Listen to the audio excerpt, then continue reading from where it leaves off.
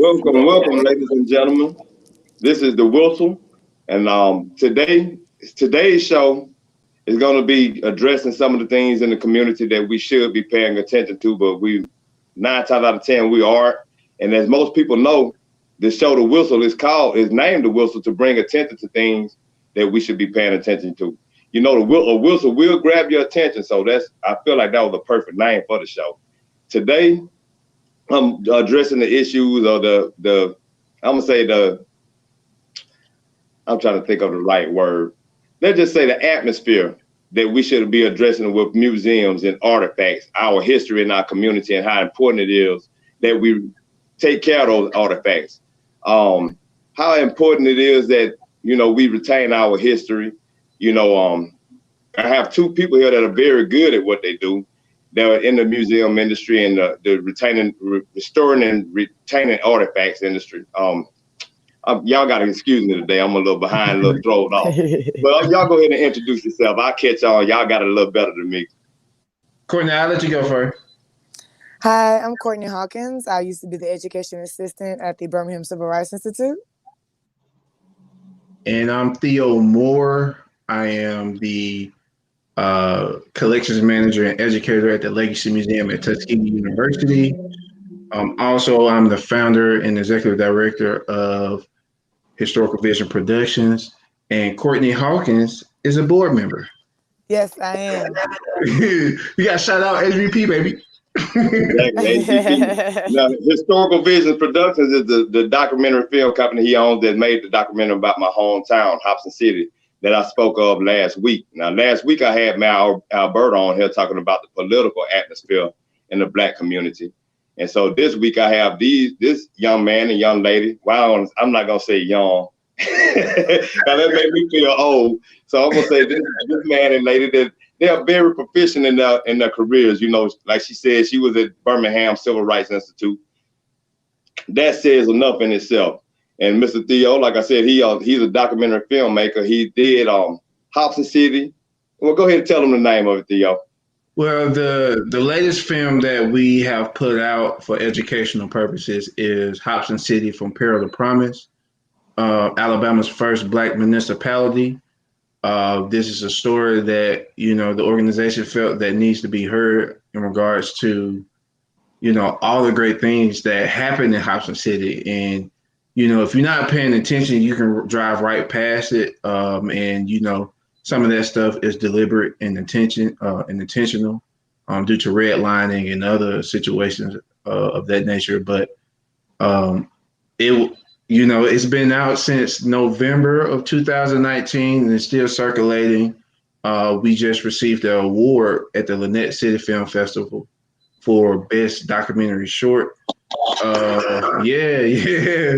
So people are actually recognizing Hobson City and they just blown away about the information within this state that they rarely don't get the opportunity to learn. And so that's the whole mission of Historical Vision Productions. Is just to motivate, inspire, and educate untold but inspiring history of African Americans in the South.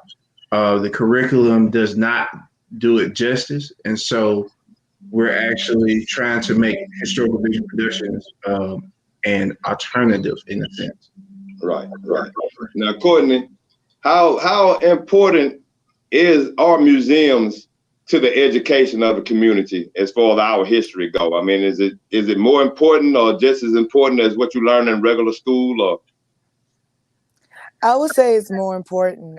When you go to the museum, you see so many artifacts and things that you can actually look at that are tangible. It's different when you're reading a book. It doesn't seem like it's real. It seems like it's made up. But when you go to museums, you get to see those tangible things. You get to see those real life events that took place. When I worked at the Birmingham Civil Rights Institute, we met thousands of foot soldiers. And foot soldiers are those that took place in the Children's Crusade March. These are now, of course, adults at their time now. But to meet all these people, Reverend Reb and so many of these foot soldiers is very important because, again, it puts a face to these events. And if you don't know what the Children's Crusade is The Children's Crusade was an event where kids staged protests and they used secret codes to get these messages around to Birmingham to boycott segregation and to protest against segregation. And so seeing kids that were from the ages as young as 4 being arrested all the way up to 18 is something important. And to see these people that lived through there and to tell their story, that's very important. So yes, it's important to have it in the history books, but it's extremely important to visit museums like the Birmingham Civil Rights Institute. Right, right. I know this past year when I met you in Mississippi and Theo, I already knew Theo ahead of time. That was the first time I had been to a museum in I don't know how long. But when I tell Yes, you, it was the like, Jackson Museum. yes, yes. And man, when I Yes. tell you that it turned on a switch in me that from now on, I mean, it's something that I want to do more often, like the Slave Museum in Montgomery. I got to DG, go yes. see that. Exactly. Yes, You know? I've had the privilege to see that too, and again, it is very important, because it's bigger than what we see in the history books. Again, it's tangible things, and that's what museums are able to do. They're able to produce tangible things, and not everybody takes the opportunity to see those things, but when you do, it's very important. It's very instrumental in everything that you do. Right, right. Now, both of you can answer this question. How is most of the funding done for museums, as for you doing your documentaries, Theo? How is most of your funding, accumulated? I know most of it is self-funding, but explain the different ways that you have to get this funding done to preserve the artifacts in the museum, to get the information, to get the correct information, because I know sometimes we might have to go do research ourselves. Oh yeah. So Yeah. what's that funding come from?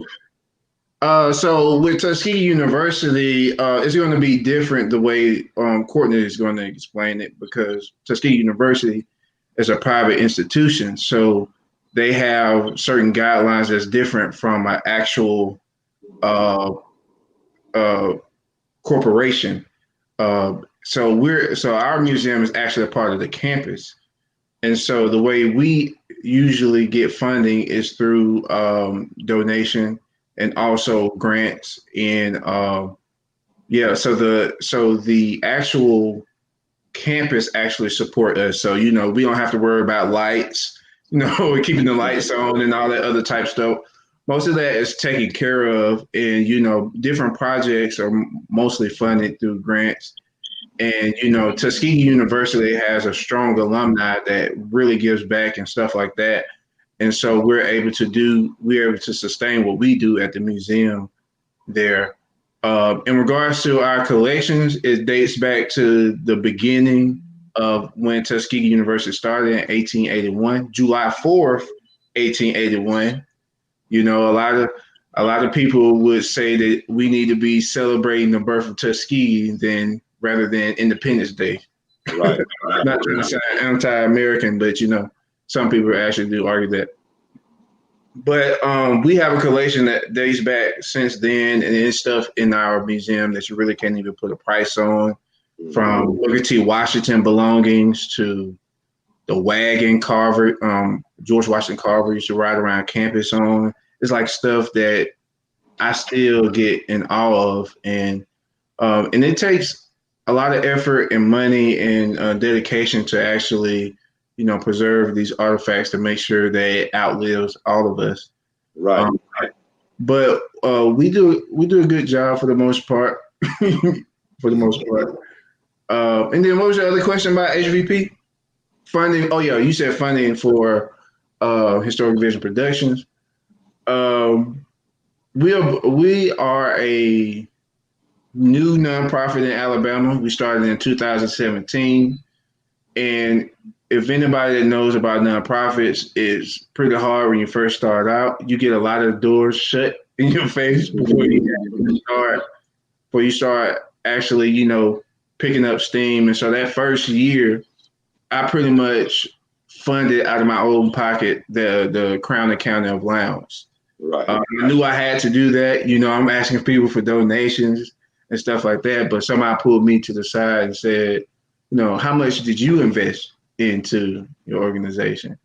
And they took me back for a minute, and so I knew I had to first invest in the organization and myself to prove to people that this is the real deal, and I'm very passionate about preserving this history and educating people. And so, I showed it through putting over, I would say probably over 2,000 into that first project, and then the Hopkins City project.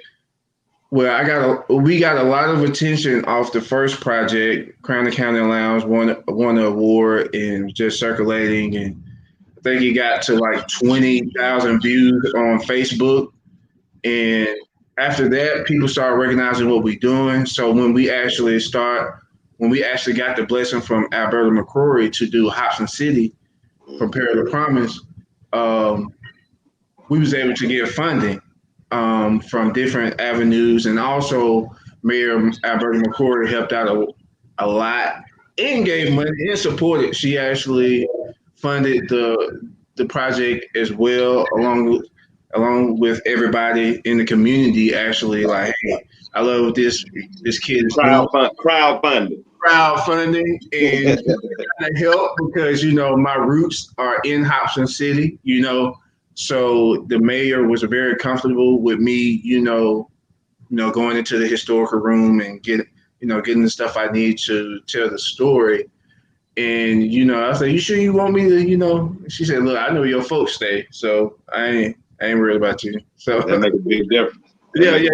She know my people, so she know I ain't, but I would say Hobson City really hit home for me because I'm from there, and so it was really a pleasure doing it. But Africatown, we actually received our first grant from Alabama State Council on the Arts to actually do this project. So like I was saying, like now we're getting funding, we're getting support to actually continue what we're doing, continue our mission.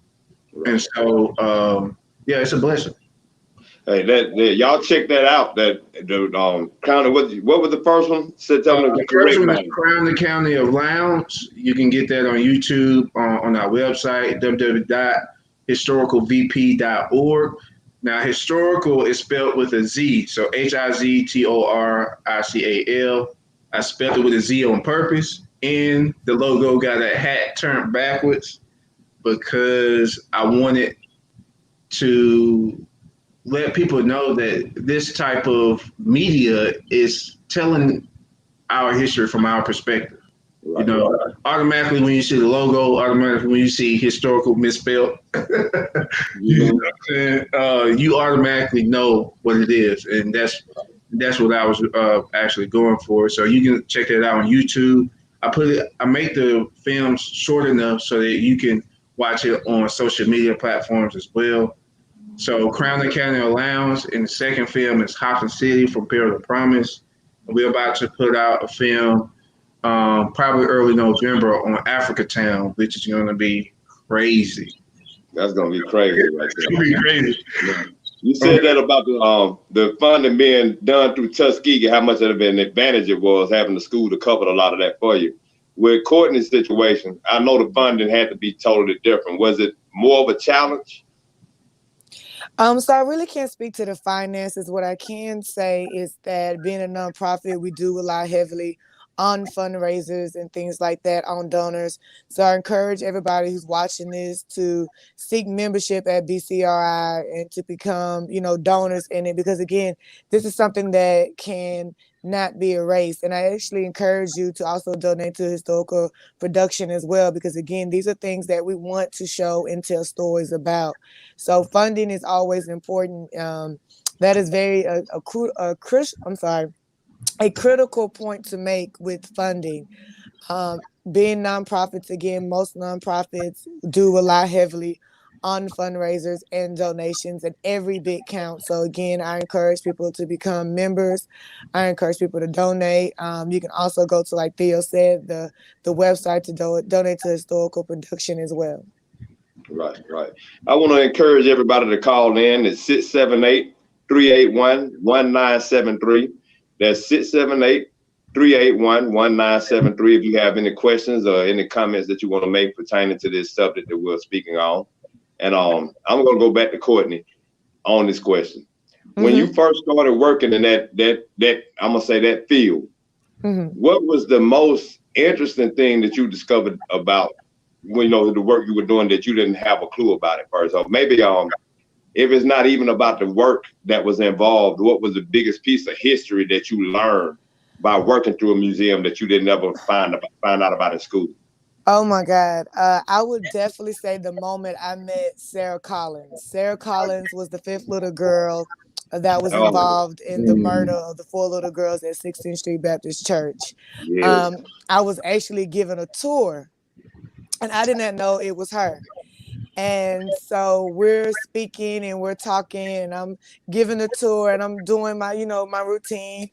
And out of nowhere, Miss Collins walks up and she starts talking. And my guru, master teacher at the time was Barry McNeely.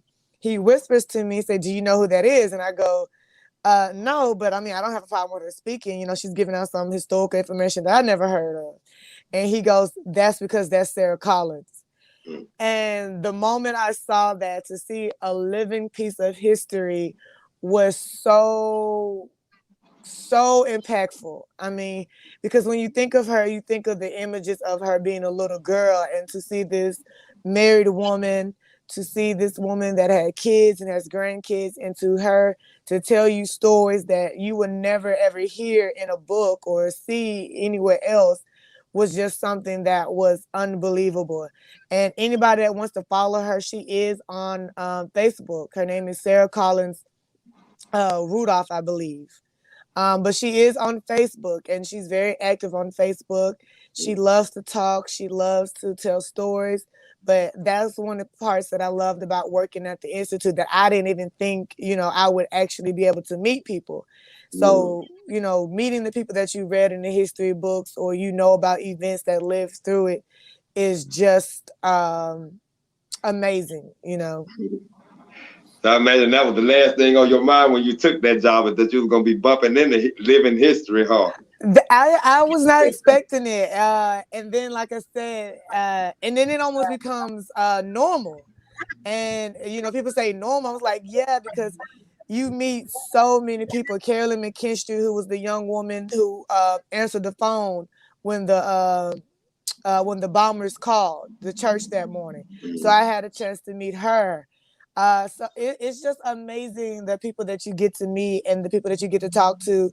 And then the coolest thing is, it's like to me, they're Beyonce. Yeah, So right. I am gushing. I start stuttering even when I talk about a music, because it's so amazing to see the history living, talking, and breathing to you. So they're my Beyonce and I'm their beehive. I believe that. I believe that. Who is your biggest figure? Who was the most? What was the most impressive thing you've seen since you started doing this stuff, Theo? So when I started at Tuskegee, it was, man, you talking about going on campus, man, and seeing the first thing you see is Booker T. Washington's statue lifting the veil of ignorance. And man, you just looking at statues that look like you. Your culture is celebrated. Like it's just so many people that have done monumental things at Tuskegee University. We have a cemetery on campus where Booker T. Washington is buried. Dr. George Washington Carver, Nathan Monroe Work. These are people that really paved the way for historians, for Black people in general, and just to be on campus and being on that foundation, man, it's almost like you have an expectation to meet when you on campus. It's like no, it's no, it's they call it at Tuskegee is Tuskegee magic. It's a feeling that you get when you're on campus because you know that this campus was built from Black excellence, and so it's almost like an expectation that you have to meet just being on campus. Right. And so when I got there, man, yeah, same thing with Courtney. I was meeting people, and I would say, let me see who. Attorney Fred Gray.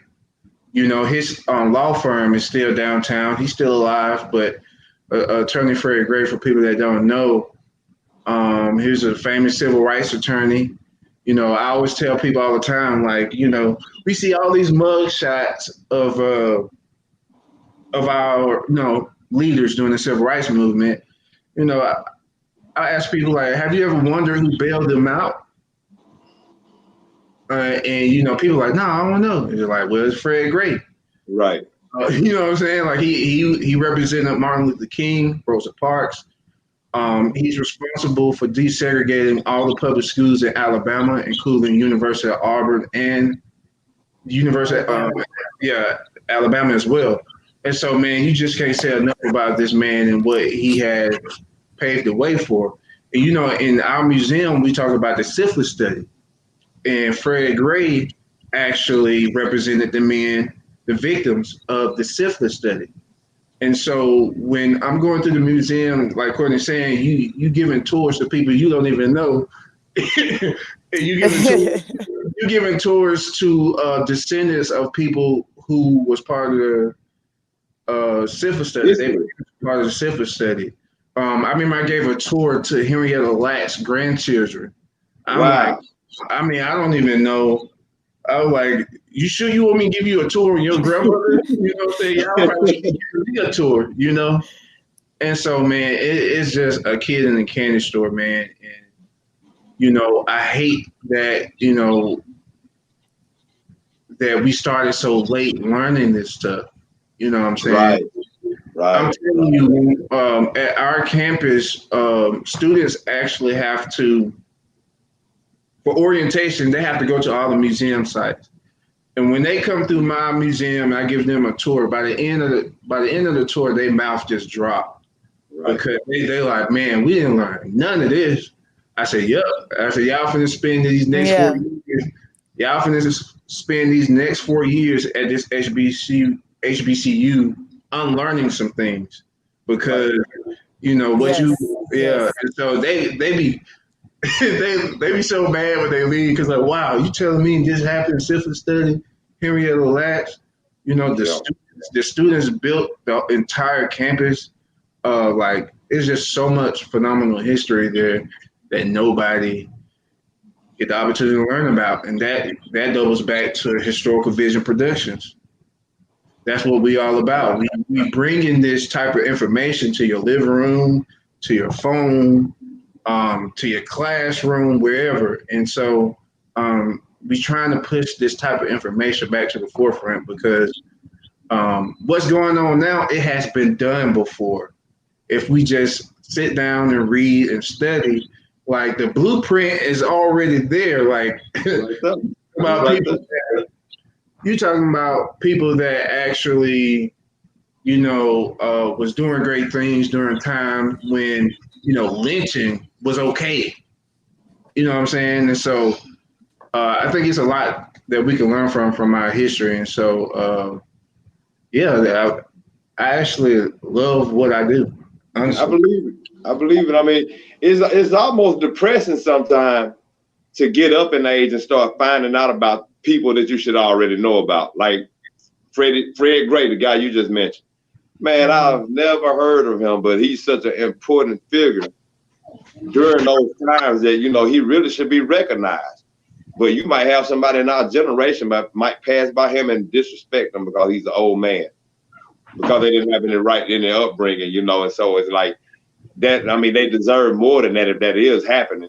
But I mean, that's just like, that's what sort of opened my eyes. Like I said, just after meeting you and then going to the thing in Mississippi last year, I was looking forward to going to Miami to the African American. I think we were all looking forward to Miami. Oh man, I was looking forward to that. I was like, I don't know how much work I'm gonna get done, but I'm going to Miami. That blew my mind. That was on everybody calendar. Miami, Triple AM. Listen, everybody was thinking Miami. Yeah, everybody was like, I don't know how we're gonna get down there, but Miami is the move.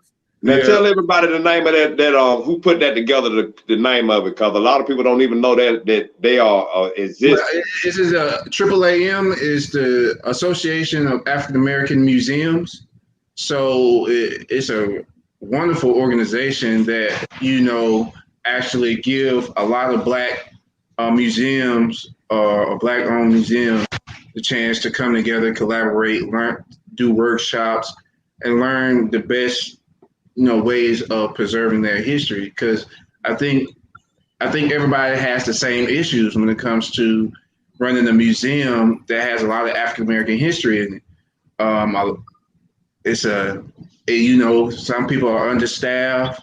Their collections at risk of being destroyed because nobody's really taking interest or they can't get funding to do certain things.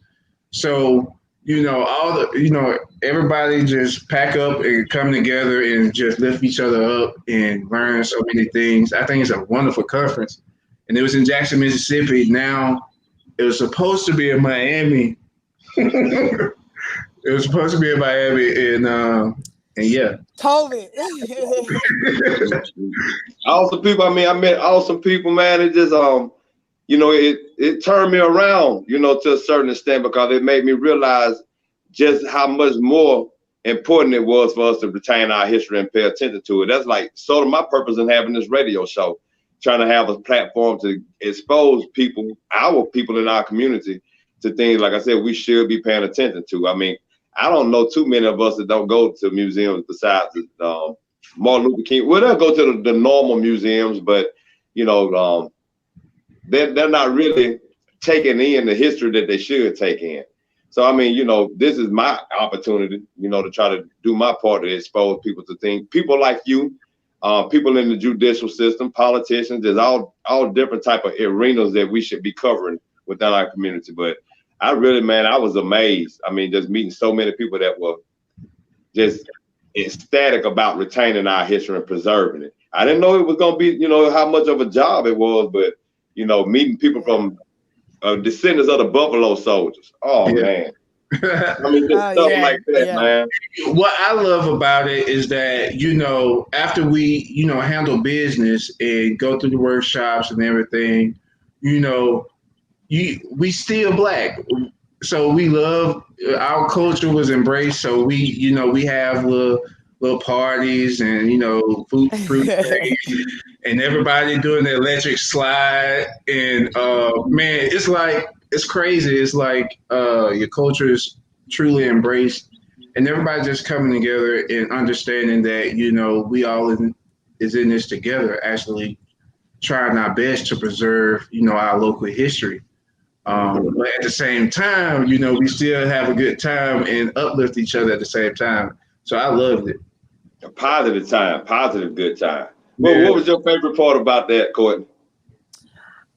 Just to understand, that museums are all facing the same challenges. A lot of it is the understaffing part, and how to work and collaborate. While I was there, I collaborated with a museum.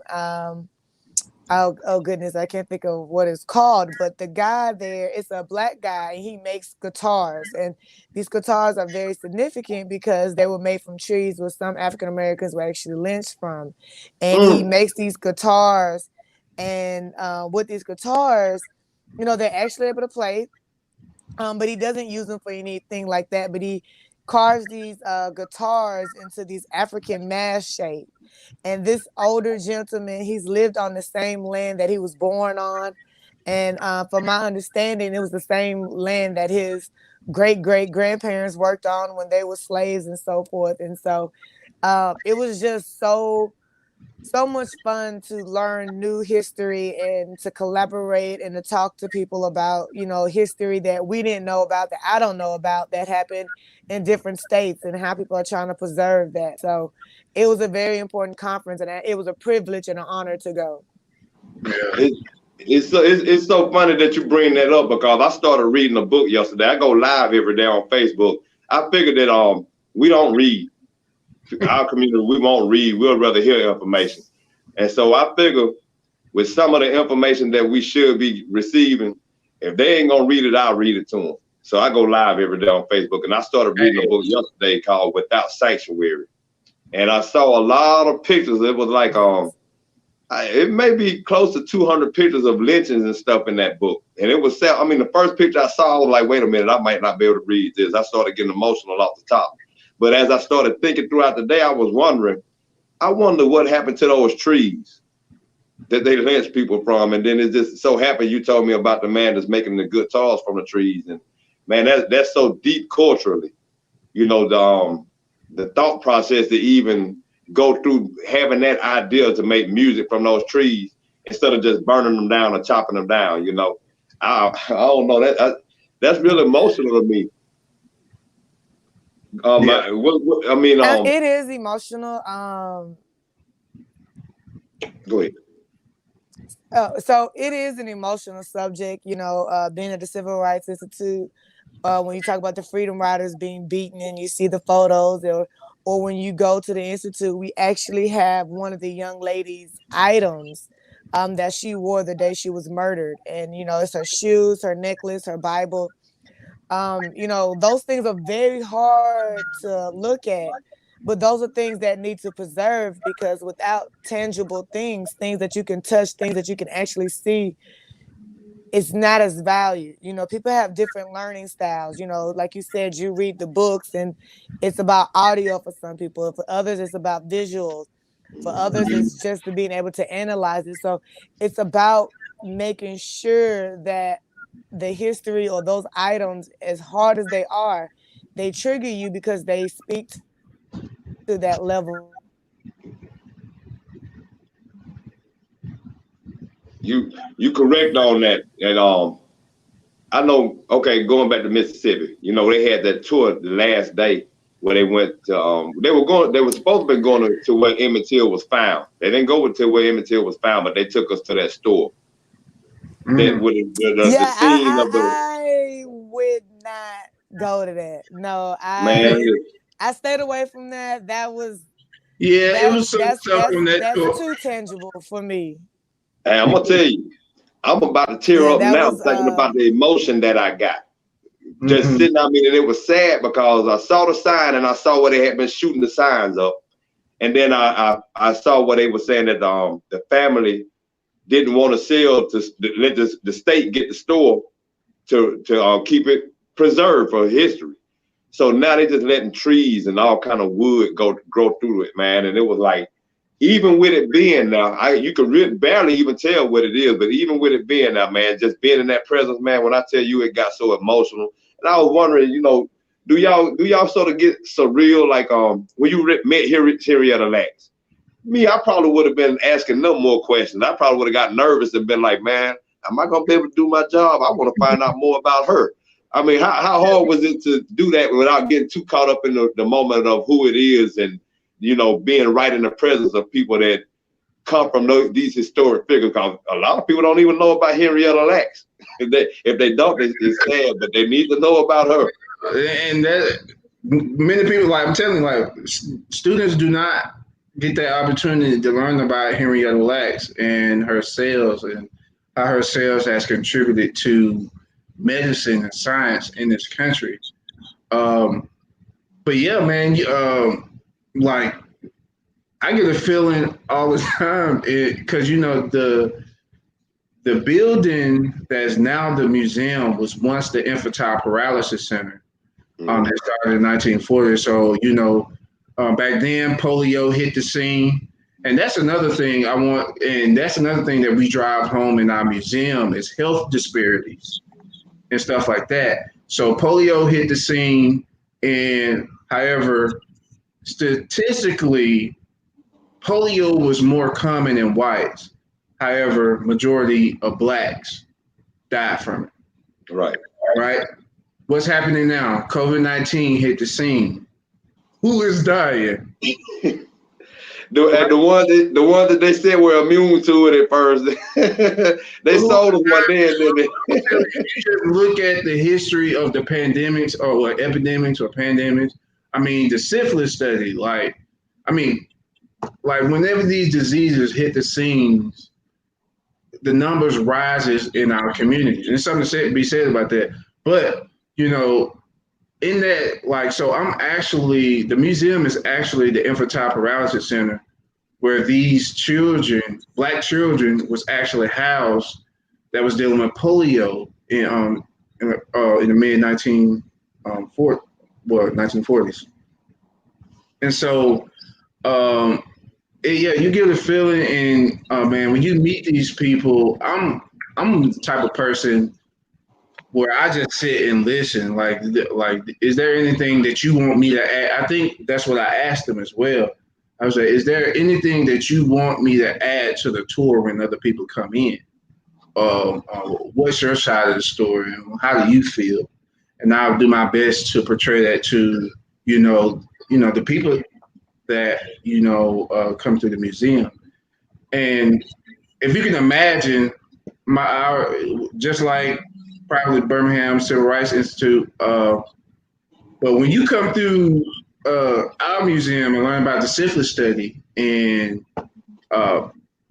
Henrietta Lacks sales and bioethic issues when it comes to people of color, a lot of people cry. Like, it's sadly, like, I'm kind of numb to it now, but when a lot of people don't leave with a smile on their face, and so that means that we did our job, because people need to know that this actually took place. The government actually ran the syphilis study.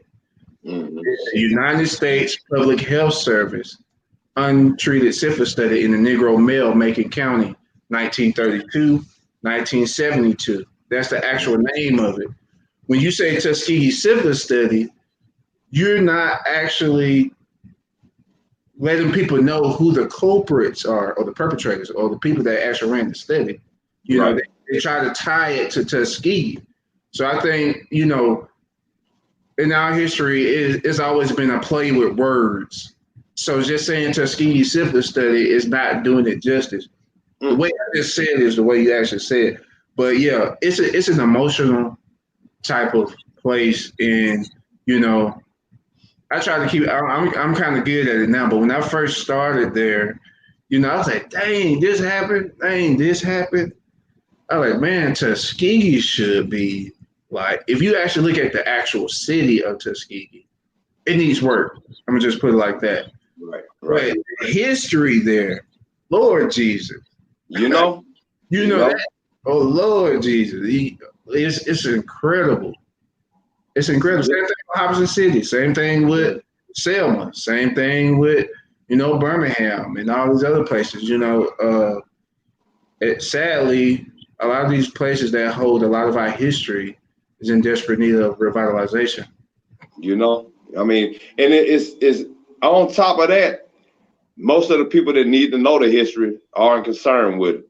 I mean, because riding by that marker on 202 where the Freedom Riders bus was bombed, where they got attacked at, man, that little piece of land, you would pass by it and not know that it ever, I mean, you wouldn't think anything went on. You just think somebody just had a little open lot where they wanted to put some used cars out there and sell them. You wouldn't know it was something historic, a historical place by looking at it.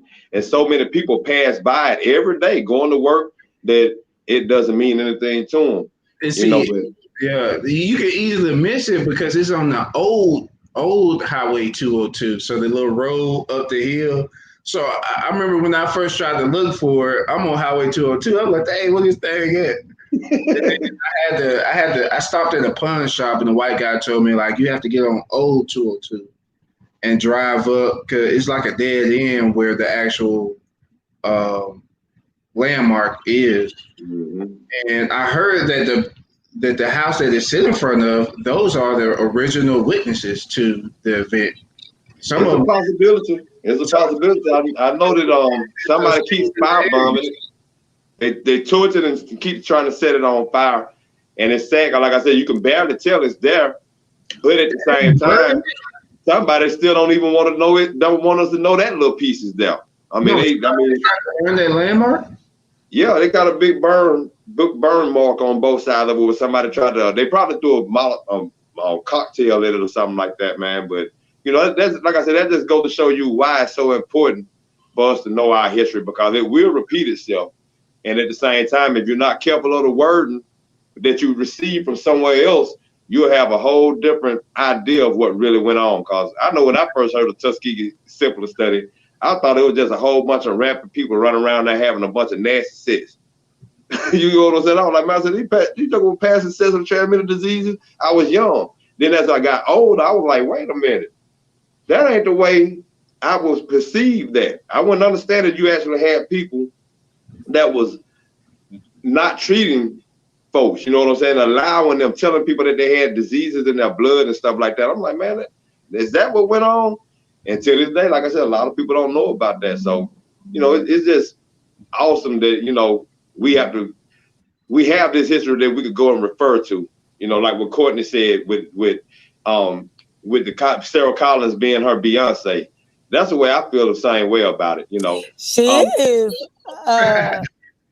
Listen, Beehive, please don't come this way, okay? But to me, like I said, those historical figures, like I said, I'm a history nerd, you know. I've loved history. In fact, that's how I met Theo. Me and Theo were like the only two Black people in our history classes at Troy. And, you know, we by default had to speak as though we were the entire representation of African Americans, Blacks, whatever you want to call it. I kid you not, like we literally had to stand up for our race. Man. Yeah, I mean, my thing was, I was like, hey, listen, you know, for me, like I said, so seeing these people and realizing that so much history is a lie, or inaccurate, or is not told in its entire scope, and seeing the people that lived it and know these stories, and there are primary sources. Oh my gosh, like I'm a Beyonce. Like you're a Beyonce to me, you know. Right. You know, I want to meet Angela Davis. I look up to. Listen, okay. I would pass out, freak out, carry me off James Brown with.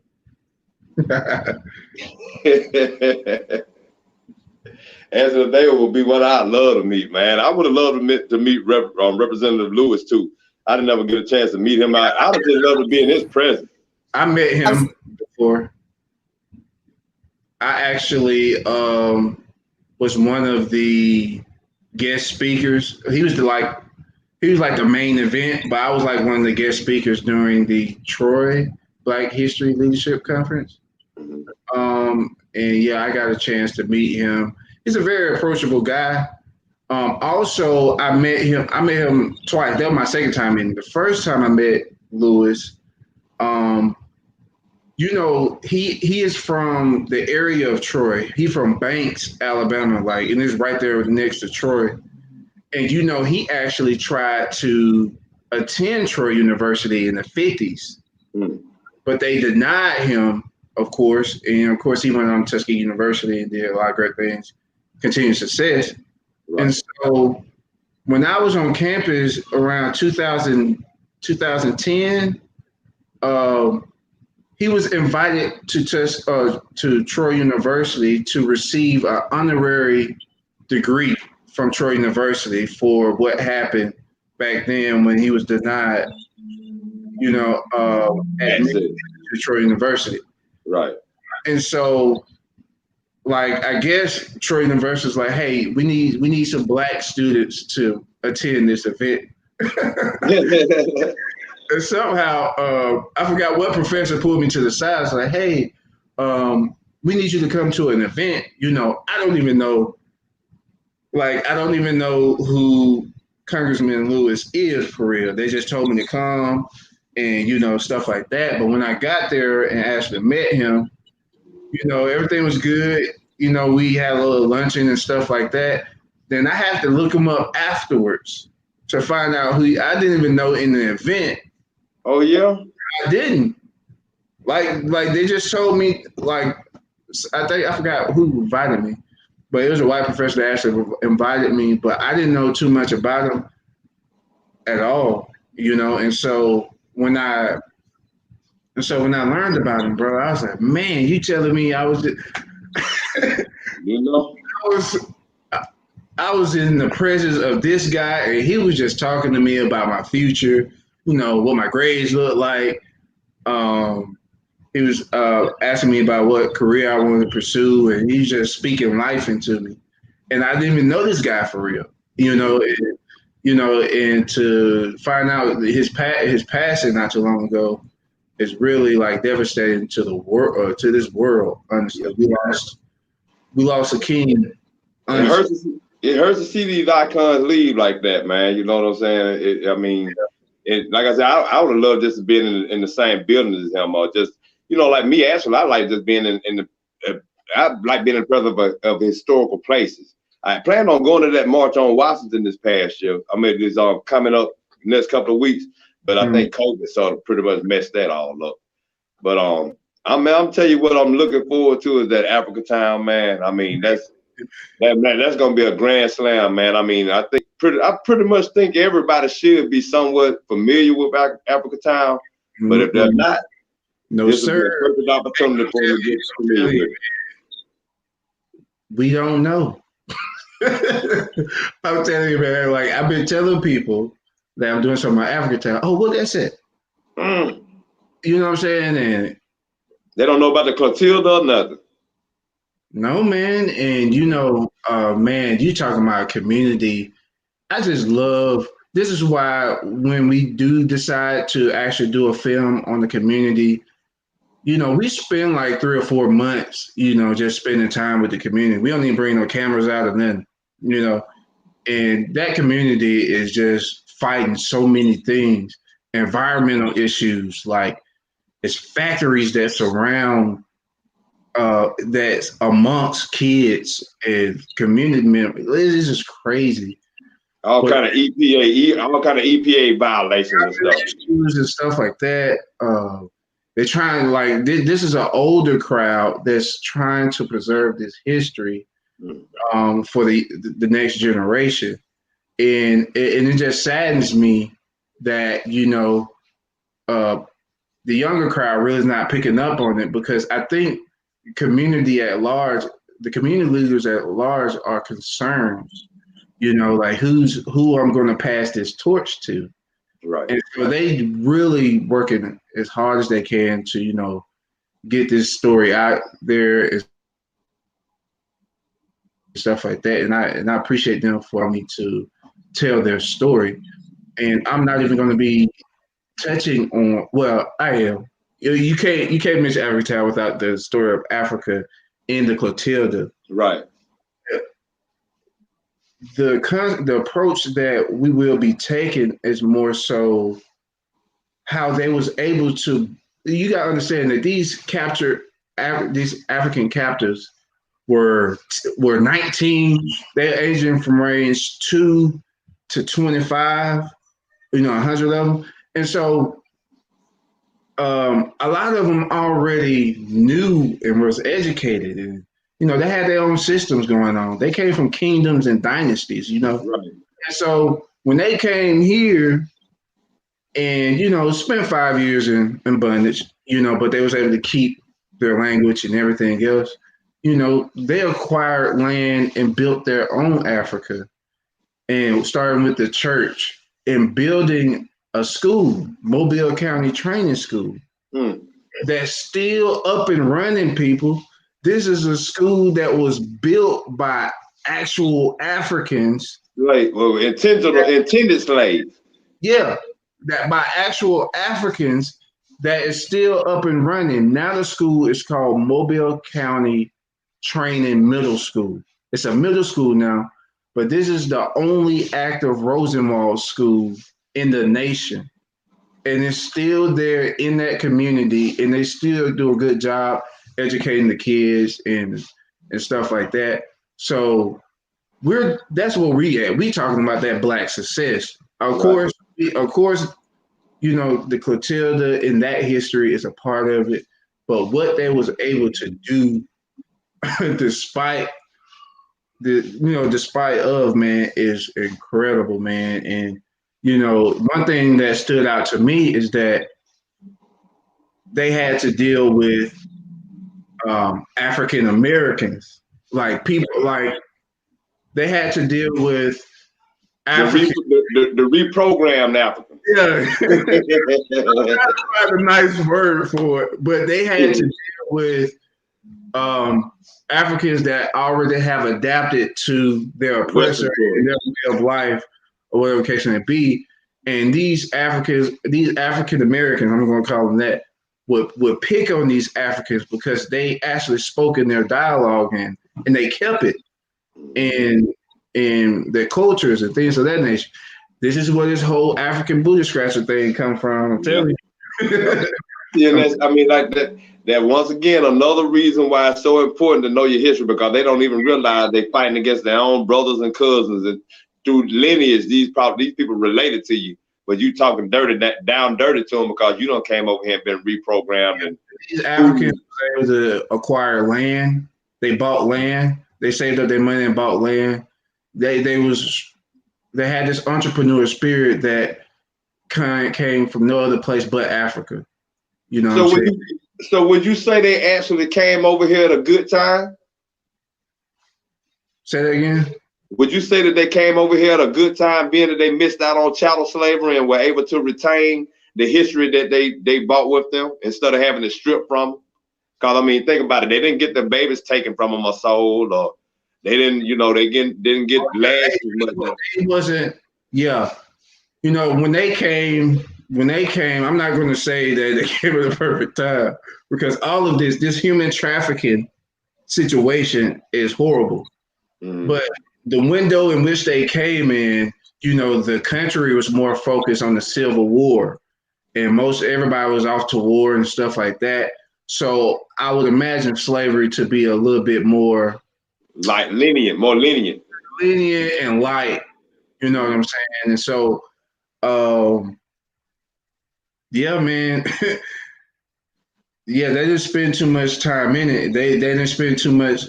They didn't spend enough time to be broken. Put it like that. Right. Because after a while, you become broken. They find ways to do that, and I don't even think these people would have taken it based off my research and their characteristics. It was very it was an episode. It was a situation where, an overseer whooped one of the women, and they jumped on the overseer. Right. Africans, yeah, they you know what I'm saying? And so, it's an incredible history, man. These people had their feet on 2 continents, literally. And that's it. I mean, it's so deep, bro. It's so deep, and I can't say enough how this is just going to take. This one's going to take you back a little bit, because this is a community that's directly connected to Africa. They know who they are. Right. You know what I'm saying? They know the language. They know the We could actually learn a lot from them. We could be learning a lot. Should have been learning a lot from them. I think if you consider yourself, or if you on your application, if you check African American, and you don't even know what part of Africa you from, there's only one, I ain't gonna say one community, because there's some communities in South Carolina that know where they came from. There's some African communities around. A few. Yeah. But those are the people that really can claim African American. Right. Because they actually can, this is where I'm from, this is my great grandma, this is the boat that we came on. And this is some of the things that happened during the Middle Passage that they have passed down generation to generation. Right. And so, can we honestly say that we're African American? Right. Right. And it's like I said, it's very significant, man. This work that you're doing. I hate Courtney couldn't come back on. I was wondering why I couldn't see Courtney. Yeah, I think she lost connection again. But it's time for my sister, man. Yeah, man. It's just like I said. It's the significance of us knowing this is so important, man. And I just want to encourage you to keep on doing the good work that you're doing.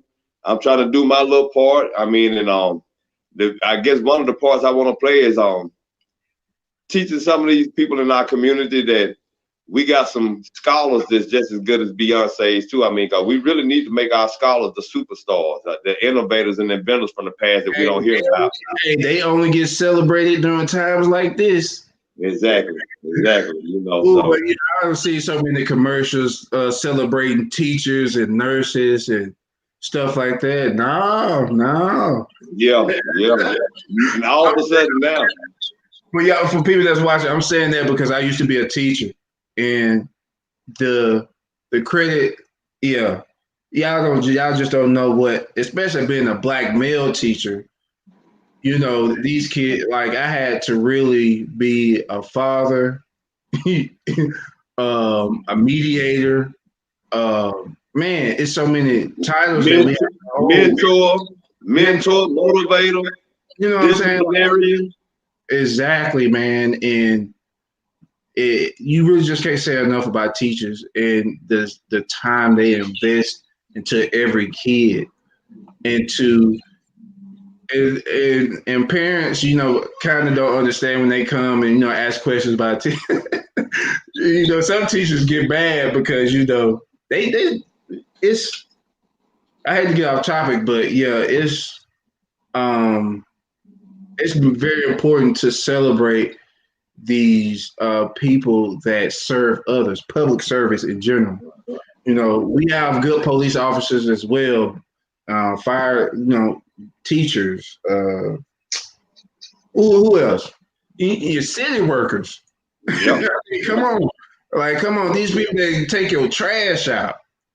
You know what I'm saying? It's just the small stuff that we really take for granted. Right. And I think during this time, this pandemic has, you know, paused us to reflect.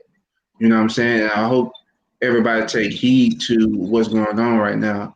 Family is definitely more important than anything. Exactly. And appreciate people for, you know, what they do in regards to serving others. And you know, you were right by bringing the teaching part in, because that's all part of educating too. I mean, museums do teach. Oh, you know, yeah. this is about teaching. I mean, so that was important that you brought that in, man. And I think we, you know, that might be one of my next topics is the challenges of being a black teacher or just a teacher in a minority community, whether you black or white, man. Because I know for a fact that it could be a lot more of a task. I probably need to be, because I got some, because, you know, I was a teacher when Trump first, I tell you, that was the hardest. I was a history teacher, but, you know, Trump got elected when I was a teacher. That was my last time teaching. My last year teacher, actually. I've never been back in the school system since. But Trump became president. And, you know, I had a diverse classroom. You know, I had blacks, I had whites. You know what I'm saying? But, you know, you got these white country boys like, woo, build a wall. They were going down the hallway. Woo, build a wall. Woo. Man, I would have called in. I would have took off for the whole week. I'm telling you, bro. I would have made it. I was so hot when he won, man. I'm telling you, I would have made it. I'd have had to take a vacation. Bro, this black students came to me because I'm the only black. I'm telling you, in every school system I've been in, I've been the only black man. Like, Mr. Moore, please tell them to stop. Like, it was black students that was so mad in the like, Mr. Moore, please tell them to stop, or whatever the case may be. And man, it was just sad, bro, because like, man, the black students, like, man, they don't even realize that, you know, Trump ain't even for them. They don't got no money. Exactly. But, man, I had to calm my black students down. They actually came to me a lot because it was a lot of things that was going on in that particular school. Yeah, man.